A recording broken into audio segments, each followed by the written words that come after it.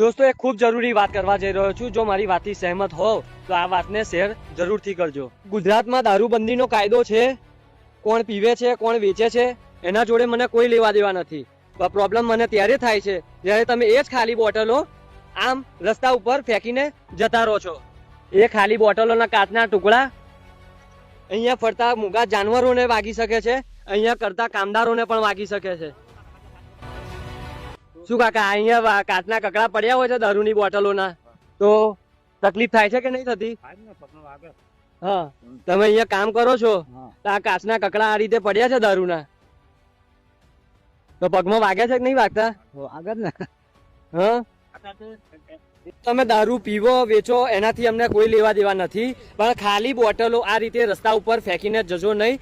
તમે તો ગાડીની અંદરથી ફેંકીને જતા રહેશો, પણ કેટલા એવા કામદાર હોય છે જે ચપ્પલ વગર અહીંયા કામ કરતા હોય છે. તો મારી બે હાથ જોડીને નમ્ર વિનંતી છે એ દારૂ પીનારાઓને કે આમ ખાલી કાચની બોટલો દારૂની આમ રસ્તા ઉપર જાહેર માર્ગ ઉપર ના ફેંકો.